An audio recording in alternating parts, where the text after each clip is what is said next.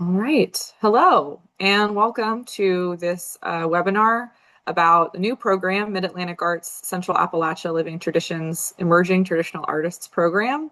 We will talk through that very long name in a minute. I am Ellie Dassler. I'm the Program Director for Folk and Traditional Arts at Mid-Atlantic Arts. I use she, her pronouns, and if anyone's listening, I am a white woman in my 30s. I have short, dark hair and brown glasses, and I'm wearing a light blue sweater. And I am talking to you today from Richmond, Virginia, where I live, which is the traditional, ancestral, and contemporary lands of the Powhatan peoples. And we pay our respects to their elders, past, present, and future. My colleague Joel is also here today. Joel, I'll let you introduce yourself. Hey, I'm Joel Chapman. I'm the program associate for folk and traditional arts. Pronouns are he, him. I'm a white guy with medium, long, shaggy blonde hair, and I'm speaking to you from Baltimore, Maryland, where Mid-Atlantic Arts is headquartered, the unceded traditional lands of the Piscataway and Susquehannock peoples. It is like almost nighttime outside. It's like very dense, clouded, overcast. I can't see more than 50 yards on the tree line. It's very mystic, very mysterious here in Baltimore today.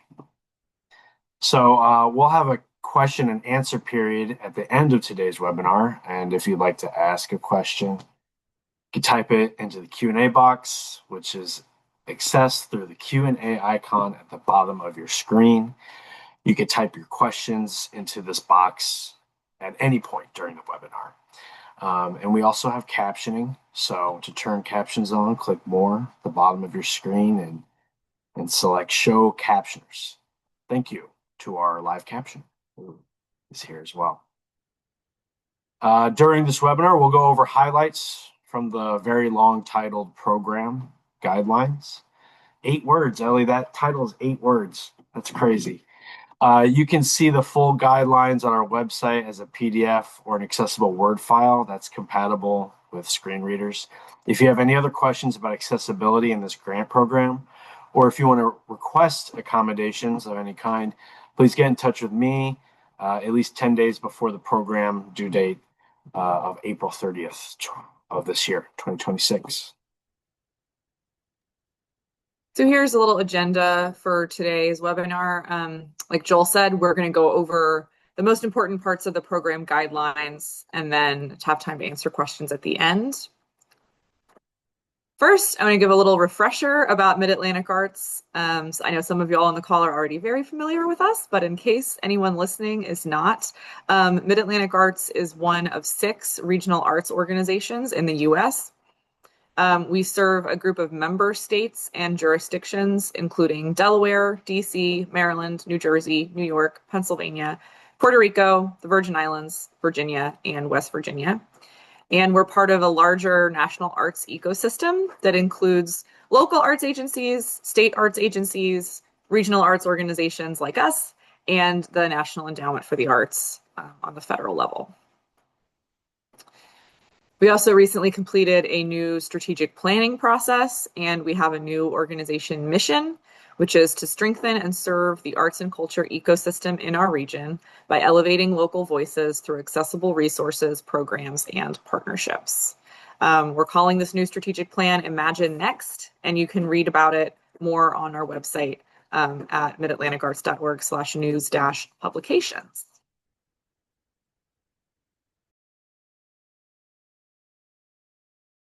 Oh, you're muted, Joel. My bad.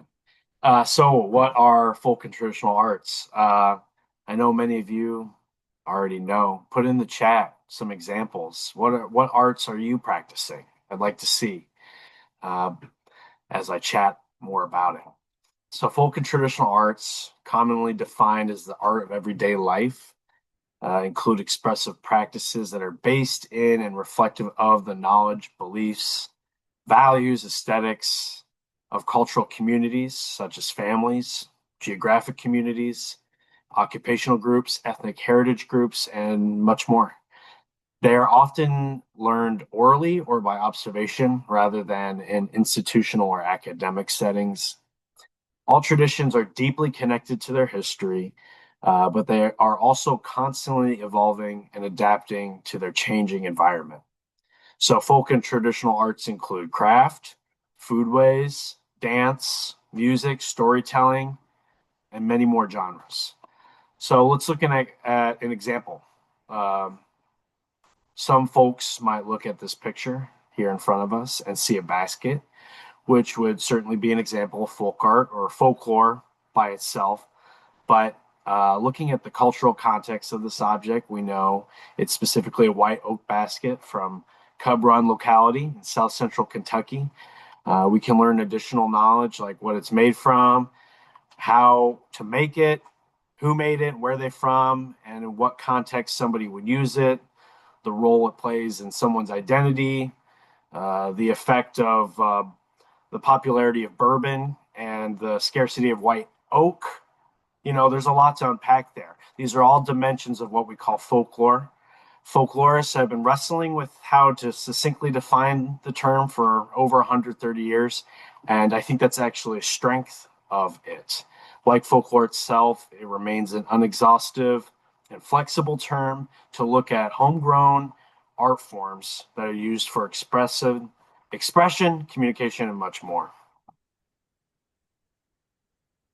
See in the chat, we've got a broom maker, some leatherworking and woodworking. It's great. Um, So at the beginning, I mentioned that the full name for this program is the Central Appalachian Living Traditions Emerging Traditional Artists Program. Don't worry, we have acronyms. The first part of that, Central Appalachian Living Traditions, or CALT, is a multi-year, multi-prong program that is designed to promote the understanding of folk arts and culture in Central Appalachia by investing in communities, seeding new folk and traditional arts experiences, and honoring under-recognized practitioners in the region. CALT serves the counties of Ohio, Virginia, and West Virginia, which are designated as Appalachian by the Appalachian Regional Commission, or ARC. And you can find a full list of those counties on our website and in the guidelines for this program. You'll remember earlier I said that Mid-Atlantic Arts served 10 states and jurisdictions, and Ohio was not on that list, but Ohio is part of the CALT region. Appalachian, Ohio counties are part of the CALT region. We sort of borrow them from Arts Midwest, which is Ohio's regional arts organization specifically for this program. And within CALT, we have the CALT Emerging Traditional Artists Program, what we're here to talk about today. The Emerging Traditional Artists Program, or ETAP, helps Appalachian traditional artists take their practice to the next level. Each awarded artist will receive $5,000 with few restrictions for expenses related to an important self-identified learning opportunity. And they'll also participate in personalized cohort learning with the other ETAP artists. We're going to go into all of that in some more detail. So to apply for the Emerging Traditional Artists Program, you must reside in one of those counties designated by the ARC in Ohio, Virginia, or West Virginia. You should be a traditional artist, practitioner, or keeper of traditions in the early stages of your practice. And that could include visual arts like crafts, like all of the lovely crafts folks shouted out in the chat, performing arts like traditional music, dance, or storytelling, food and medicine traditions like agriculture, recipes and food preparation, hunting and foraging, and a lot more, all those examples that Joel talked about earlier. You should be at least 18 years old by the application deadline, and you also should be authorized to work permanently in the U.S., so be a U.S. citizen or permanent resident. And you need to be in good standing with Mid-Atlantic Arts, which just means that you would have no overdue reports or documents from past grants. So what do we mean when we say you should be a traditional artist in the early stages of your practice? Where you are in your traditional arts journey is for you to define. This program is intended for artists who are not ready yet to apply for like a lifetime achievement style award, like a state or national heritage award, and who are at a point of pivotal growth in their practice. The program is designed to help traditional artists today sustain their practice, keep learning and growing to become the mentors and master artists in the future. So, for example, you may have recently completed an apprenticeship with a mentor artist. You may be ready to start mentoring others or recently started mentoring others. You may be looking to expand your audience or grow the profile of your work.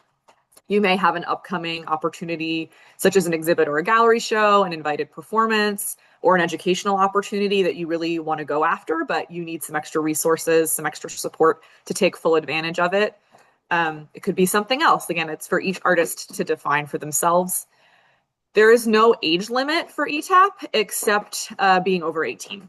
So we know that folks come to traditional arts at many different stages in their lives for many different reasons.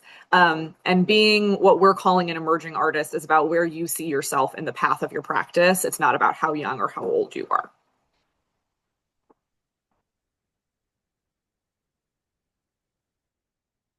So each awarded artist will receive 5,000 as part of their award. These funds have a few restrictions and they're intended to cover expenses related to an important learning or growth opportunity. Each artist can choose your own learning opportunity based on your art form and goals. Here are a few examples: travel to meet other practitioners or potential mentors, travel to an invited opportunity to learn, present, exhibit, perform, enrolling in a class, workshop, or apprenticeship, research related to your traditional art form, such as travel to an archive or museum, to purchase supplies and equipment needed for new work, rent practice or recording space, purchase software or devices to build an online presence or enhance marketing, engage professional services such as an accountant, attorney, manager, producer, or marketing service, or something else entirely. So think about the goals you have as a traditional practitioner, as an artist, and what you need to reach those goals. You will share your ideas for your funded learning opportunity in your ETAP application. The other important part of ETAP, besides funding, is our cohort learning. As part of the ETAP cohort, you'll participate in virtual and in-person learning, including 3 virtual sessions where you'll learn from guest professionals on topics voted on by the awarded group. So we'll cater those to you. There will also be virtual meetings where you can share about your own work and expertise and learn from each other and get to know each other and hang out with us.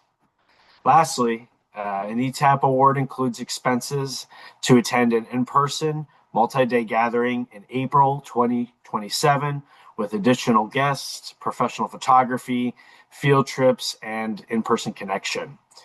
Some potential learning topics for the cohort that we'll meet include how to price your work or set artist fees, legal and financial resources for artists, how to grow an online or social media presence with an audience that understands why your traditional art form is important, growing your skills as a teaching artist, and more. Learning topics will be tailored specifically to the awarded cohort and their goals and needs. Please note that if you do not have that you do not have to be making income from your practice, and you don't even have to have that as a goal if you don't want to. ETAP cohort learning may be related to entrepreneurial skills if that's what the cohort is most interested in. But this is not a program only about how to make money from traditional arts. Of course, we do like that as well. But learning could also focus on things like advocacy for your art form in your community, teaching others, etc.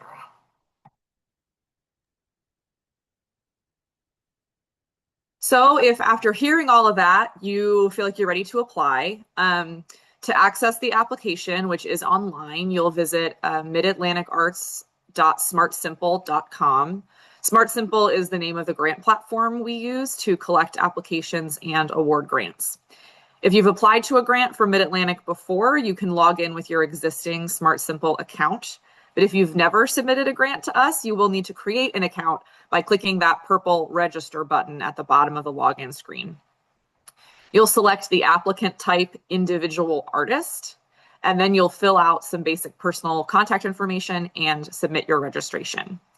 You'll receive an email with a link to create a new password and to verify your account, and this will come from noreply@smartsimple.com. That email sometimes likes to hide in spam folders, so keep an eye out. You may see it in your spam if it doesn't come to your inbox within a few minutes. Once you log in, you will see your Smart Simple dashboard, that screen with all little purple icons. You'll scroll down to available applications and click on that big purple number above funding opportunities. You'll find CALT Emerging Traditional Artists Program in the list of opportunities and click Apply Now to get started. After you've started, you can find your saved in progress application on your dashboard under My Applications and In Progress. And don't forget to save often. Every time you go to a new page of the application, click Save so you don't lose any of your hard work.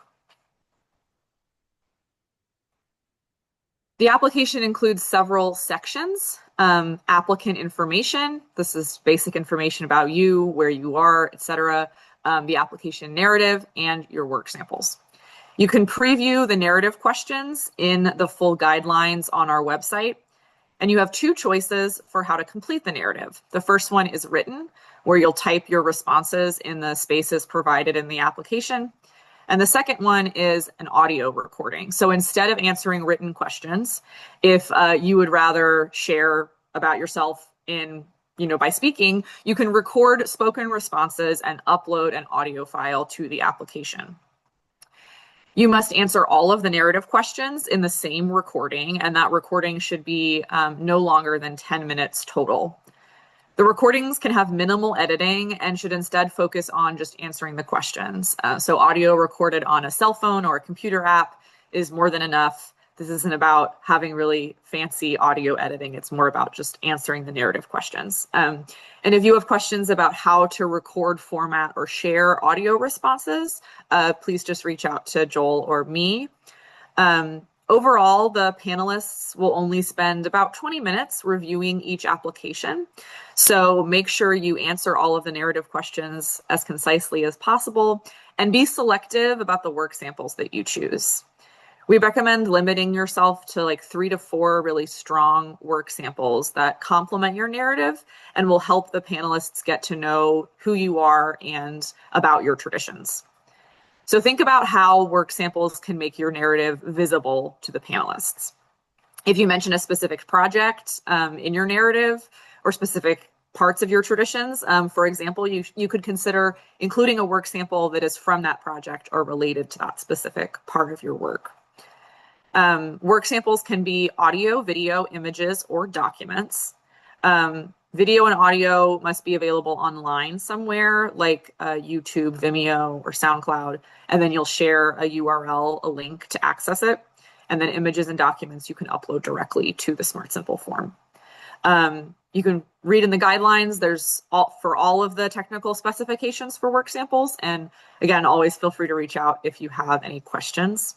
Or want to brainstorm about what kinds of work samples you should share for you and for your art form. Please note that you are not required to submit a budget for this program. You will tell us in the narrative about your goals and the learning opportunity you would hope to pursue with ETAP funding, but you're not required to break down specific expenses or share a formal budget at any point.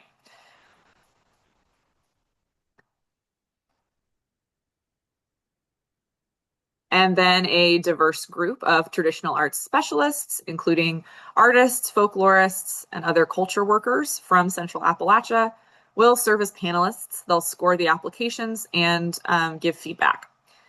So Mid-Atlantic Arts staff, Joel and I, do not directly make decisions about who receives awards. We like it that way. It lets us advise you about applications without there being a conflict of interest.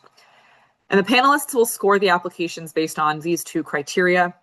So you should make sure that Your application shows evidence of these criteria in your narrative and in your work samples, and that it's easy for the panelists to find that evidence. So the first criterion is the artistic journey. So your knowledge of and your commitment to your traditional art form is clear. And you'll mostly address this criterion in narrative questions 1, 2, and 3, and in your work samples. And then the second criterion is program impact, which says that you, the applicant, share a thoughtful plan for your learning opportunity. And it's clear how that learning opportunity will help you reach your goals. And you'll address that criterion mostly in narrative questions 4 and 5. Each criterion is scored on a scale of 1 to 10 with a total maximum score of 20 points. And you can see the complete criteria again in our program guidelines. Really don't be shy if you have questions about how to make sure you're addressing these criteria fully in your application.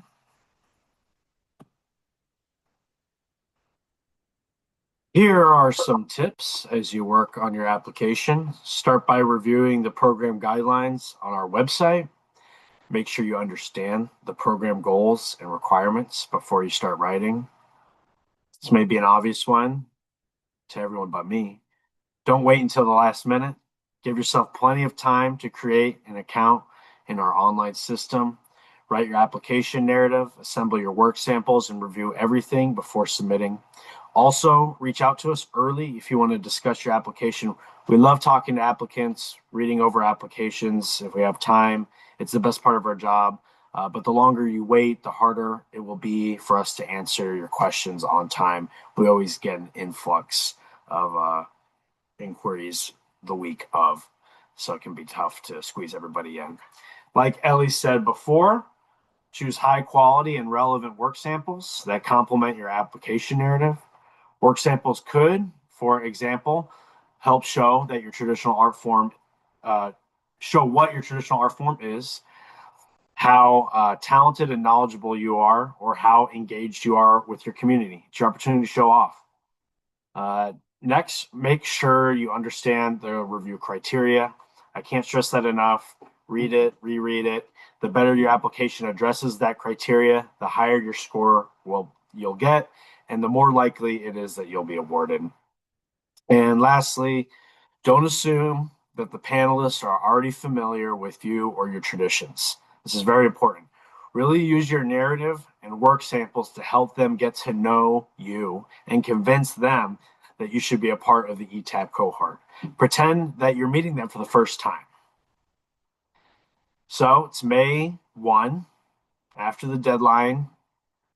You just submitted an incredible application for ETAP, sure to wow the panelists and Ellie and I, of course, when we read them for eligibility. What happens next? First, Mid-Atlantic Arts staff will review your application for eligibility concerns, and we'll let you know if you have any. Then the applications are sent to the panelists who evaluate them against those program criteria that we emphasized and that Ellie read earlier. The panelists then will meet and talk about the applications. They'll make recommendations about who to award, and then we'll send those recommendations to our board of directors for final approval. Very official. Notifications go out to all applicants about 3 months after the deadline. If you're awarded, you'll have some paperwork to fill out, make it official, as I said, and then the funding will be paid to you within 45 days.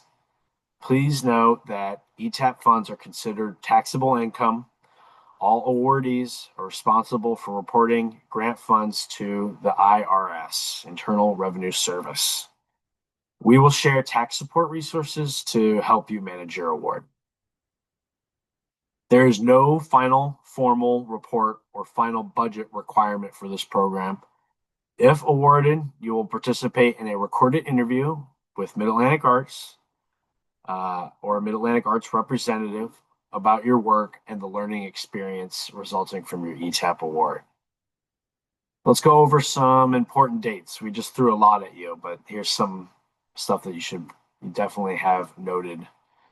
All applications are due April 30th, 2026 by midnight Eastern time. We cannot accept late applications, so please make sure you give yourself plenty of time, plan, ask us questions, and submit. We'll notify you about the status of your application, whether you're awarded or not, by July 10th.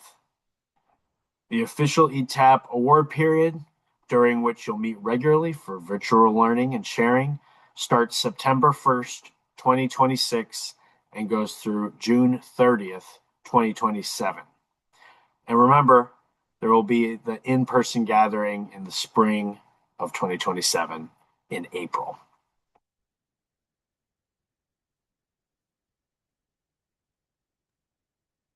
All right. Thank you all so much for joining us today.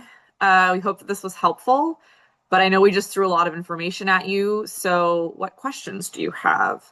You can use the chat or you can type questions in the Q&A field at the bottom of your screen. I think we already have a question in there already.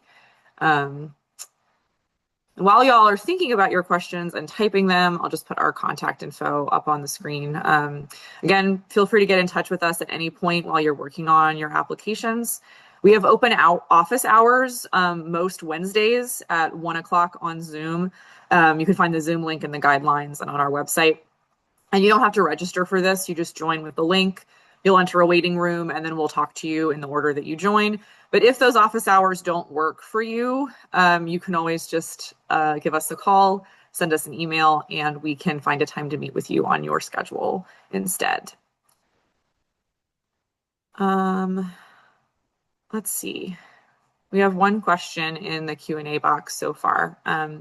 Aaron asks, what's considered early stages of your practice? Less than 3 years, 5 years, 10 years? That's a great question, but the answer is pretty open-ended. Again, where you are in your practice is self-defined, so it doesn't need to be attached to a specific number of years.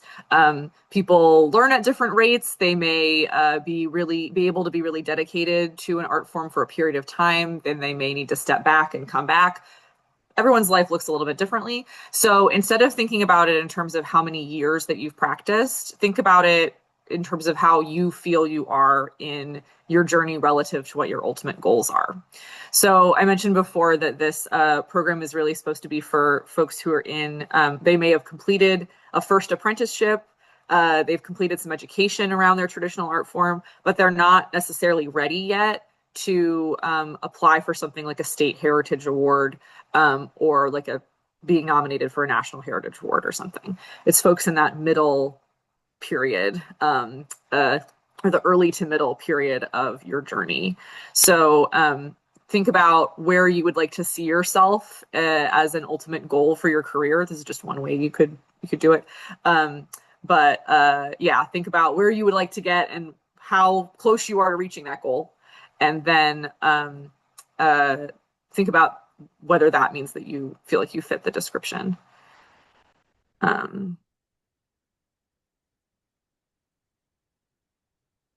All right.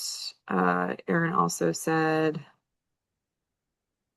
oh, thank you. I asked it before I answered it. For the cohort learning, how often are the virtual sessions? I know there are 3 for specific learning topics and then more for open sharing. The ones with specific learning topics will be about every other month. And then on the off months will be open sharing. So they all will be scheduled based on as far as best we can do with the availability of the awarded cohort. And it'll be alternating, one with a guest on a specific learning topic and one with just the cohort to share and learn from each other, but about every month. Good question. Nicole says, hello, the website says you may not apply for ETAP in the same year as Call Experiences Grant. Can you talk more about this? For instance, if I want to apply for funding to support another quilt program, can the organization apply with me being the lead teacher? And would that make me eligible for ETAP funding? Yes, that plan that you described would be eligible, Nicole. We are trying to be able to spread funding out as much as possible, which is why we've included that restriction, but that doesn't mean that you couldn't be a featured artist or a partner on a grant application through another program. you could still be a partner or a featured artist or paid through another grant program that somebody else is applying for. We're just trying to avoid having folks apply for too many grants directly in the same cycle. But that's a really good question. And feel free to talk with us offline about that if you want to. Any other questions?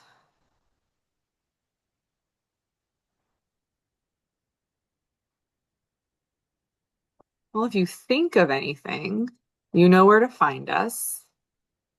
Um, Thank you all so much for joining. We had a small group today, but I hope. We got another question before I do my exit spiel.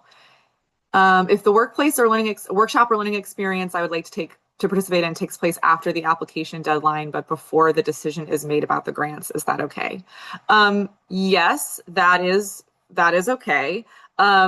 I might encourage you to think about what other things you could think about instead or in addition to that goal. If you and I were if you and I were meeting one-on-one to talk about your application, just because of course you won't know whether you're awarded and you won't be able to receive the funding before that learning experience. But if that's really what you're working towards and you know are thinking about how to be able to sort of reimburse yourself after that experience, you could still include that as the learning experience that you want to participate in. But maybe that learning experience that's coming up in August of 2026, maybe you expect that to lead to other opportunities or to new goals, and that's part of what you could talk about in your application. I hope that answers that question. Happy to talk about that a little bit more with you, Dante. One more. Do learning experiences need to be in the Appalachian region? No, they can be wherever they want. Wherever you want. I know there was a version of this program that our sister regional arts organization, South Arts, put on a few years ago, or continued. Actually, they just had a new cohort awarded a couple weeks ago. But I know folks through that program traveled to other countries to learn from mentors, traveled to museums outside of the region to see historical examples, traveled to other states. So your learning opportunity could be outside of the Appalachian region, but as long as it is working towards furthering your goals as an artist in Appalachia, as a traditional artist in Appalachia, then it can be eligible. Any other questions? Anything else you want to add, Joel, before we say goodbye and give folks some of their afternoon back? Can't wait to see these applications of the participants. I know there's going to be some bangers. Thanks so much for being here. Good to see some new and familiar names in the list. And looking forward to talking to you about applications over the next couple of months. Have a great rest of your day, y'all.